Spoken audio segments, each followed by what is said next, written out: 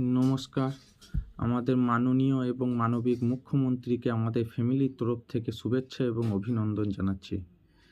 মমতা বন্দ্যোপাধ্যায় আমাদের বেকার যুবক-যুবতীর জন্য যে বেকার ভাতা চালু করেছেন, তার জন্য আমাদের যুব সমাজ আপনাকে শুভেচ্ছা এবং অভিনন্দন জানাচ্ছে। দিদির দীর্ঘায়ু কামনা করি, দিদি যেন আরও এগিয়ে যেতে পারে।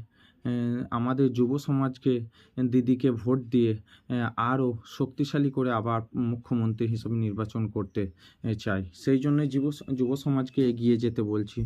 দিদির এমন কোনো প্রকল্প নাই যে আমাদের রাজ্যবাসী পায় না। রূপশ্রী, কন্যাশ্রী, বাংলার আবাস যোজনা, লক্ষ্মীর ভাণ্ডার, স্বাস্থ্যসাথী সমস্ত কিছুই কেউ না কেউ কোনো ফ্যামিলি পেয়ে থাকেন। এই জন্যে আমরা দিদিকে আন্তরিক শুভেচ্ছা এবং অভিনন্দন জানাচ্ছি। এই রকম একটি মানবিক মুখ্যমন্ত্রী সর্বধর্ম সমন্বয়ে দেখেন, ওনার মতো মুখ্যমন্ত্রী আমাদের ভারতবর্ষে আর কোথাও দেখা যায় না। সেই জন্য আমাদের যুব সমাজকে আহ্বান করব যেন দিদিকে ভোট দিয়ে জয়যুক্ত করে আবার মুখ্যমন্ত্রী হিসাবে নির্বাচন করতে।